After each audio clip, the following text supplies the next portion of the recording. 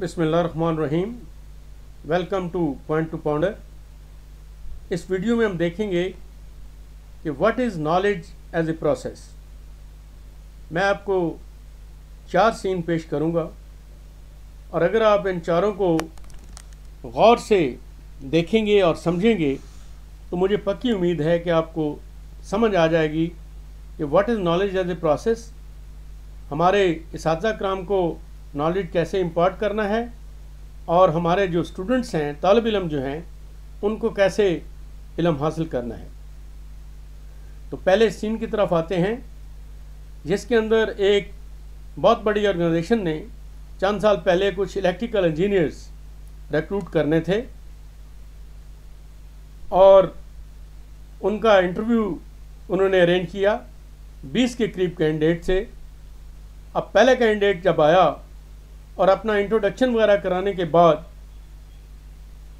Subject specialist ने उससे ये सवाल किया कि अगर आप टेबल पर देखें तो एक वायर नज़र आ रही है, एक बैटरी है, राइट साइड के ऊपर वर्नियर कैलिपर है और नीचे कन्वर्जन टेबल दिया हुआ है जिसमें डायमीटर और length of the wire versus resistance of wire के बेशुमार टेबल दिए हुए हैं। तो आप बताएं कि इस वायर का पावर लॉस कितना होगा। वो नफ़ी में जवाब देता है और इस तरीके से 20 के 20 कैंडिडेट जवाब नहीं दे पाते। तो प्रेसिडेंट परेशान होता है कि हमने तो कोई 10 के करीब इंजीनियर्स जो हैं वो सिलेक्ट करने थे, लेकिन इनमें से तो कोई भी जवाब नहीं दे सका। लिहाजा वो सबको बुलाता है और कहता है कि अच्छा ये बताओ कि व्हाट इज़ पावर लॉस। तो वो कहते हैं sir P is equal to I square R या V स्क्वायर आर, जैसे आप स्लाइड पे देख सकते हैं। तो उसने कहा कि इसका मतलब है कि आपको पता तो है कि what is power loss, P is equal to I square R, लेकिन आप अपने इस नॉलेज को एक सिचुएशन में अप्लाई नहीं कर सके। तो आपको चाहिए था कि आप वायर लेते, वर्नियर कैलिपर आपके पास पड़ा हुआ है, उससे आप इसका डायमीटर मालूम करते, उसके बाद आप कन्वर्जन टेबल के ऊपर और इसकी लेंथ मेजर करते। कन्वर्जन टेबल से आप डायमीटर और length versus resistance of wire का टेबल कंसल्ट करके इसका रेजिस्टेंस निकालते और फिर बैटरी आपके पास पड़ी हुई है और आप वो formula V square over R या P is equal to I square over R इस्तेमाल करके बताते कि पावर लॉस कितना है। बहरहाल अब आप सारे वापस चले जाएं और दोबारा आएँ, मैं आपका इंटरव्यू दोबारा लूँगा।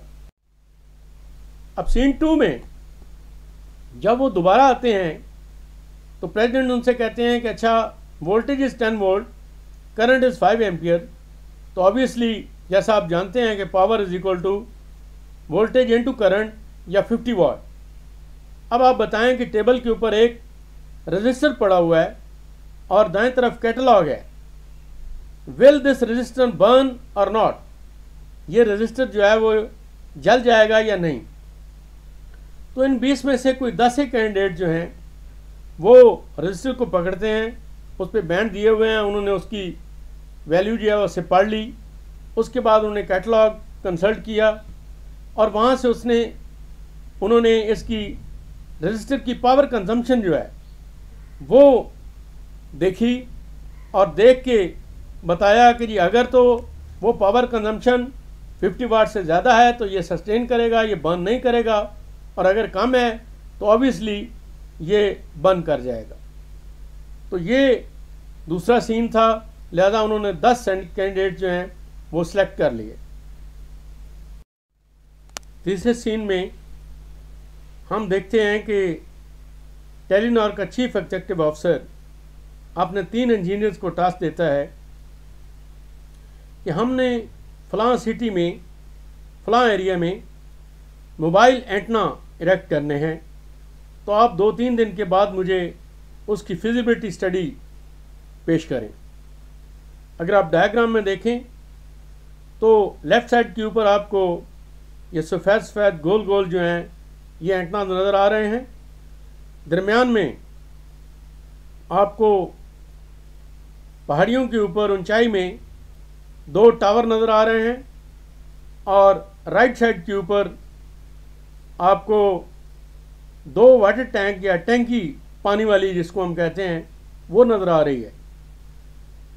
तो वो जाते हैं, एरिया को देखते हैं और दूसरे तीसरे दिन फिजिबिलिटी स्टडी अपनी अपनी पेश करते हैं। तो 2 तो उनमें से पेश करते हैं कि जी फ़लाँ फ़लाँ जगह के ऊपर टावर लगेंगे, टोटल एरिया को कवर करने के लिए इतने टावर लगेंगे, उनके ऊपर ये ख़र्चा आएगा, उसके बाद वहाँ पे इलेक्ट्रिसिटी का कनेक्शन चाहिए होगा, फिर वहाँ पे सिक्योरिटी चाहिए होगी, फिर ऑब्वियसली डीजल इंजन भी चाहिए होंगे कि पावर अगर शट होती है तो वहाँ पे क्या किया जाएगा। तो इस तरीके से करके वो कहते हैं जी पर साइट हमारा कोई 1 मिलियन रुपीस खर्चा आएगा। लेकिन जो तीसरा इंजीनियर है वो कहता है जी मैंने एरिया में गया हूँ, वहाँ पे इतने वाटर टैंक हैं, इतनी कमर्शियल बिल्डिंग्स हैं और इन बिल्डिंग के ऊपर और वाटर टैंक के ऊपर उनसे मेरी बातचीत हो गई है, हम अपने एंटेना इरेक्ट कर देंगे, सिक्योरिटी ऑटोमेटिकली वहाँ पे मौजूद है, इलेक्ट्रिसिटी मौजूद है, हमें कनेक्शन की ज़रूरत नहीं है, सिर्फ एक सब मीटर लगाना पड़ेगा और पर साइट जो है वो हमें कोई 1 लाख रुपया जो है वो रेंट देना पड़ेगा। तो चीफ एग्जीक्यूटिव ऑफिसर उनको बुलाता है और उनको कहता है कि जी देखो आप तीनों लोग हो, 2 ने मुझे 1 मिलियन का एस्टीमेट पर साइट दिया है और इसने एक प्रैक्टिकल सलूशन दिया है, लिहाजा इंजीनियर्स को प्लान करते वक्त कम खर्च बाला नशी होना चाहिए। तो अगर आपने टावर का लगाने थे तो टावर तो डेजर्ट में लगाए जाते हैं या ऐसी बैरन जगह पे जहाँ पे कोई और फैसिलिटी ना हो।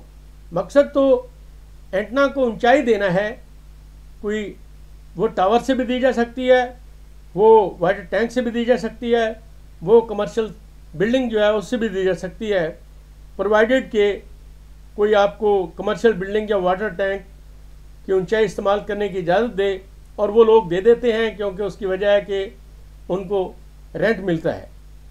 तो ये तीसरा सीन था as a knowledge of process का। अब आप देखें कि ये हुई जो हम बात कर रहे थे कमर्शियल टावर्स, इसके ऊपर कुछ में आपको नज़र भी आ रहे हैं जो आपके अपना एंटनाज हैं लगे हुए, और बाकी बिल्डिंग जो हैं उनके ऊपर लगाए जा सकते हैं।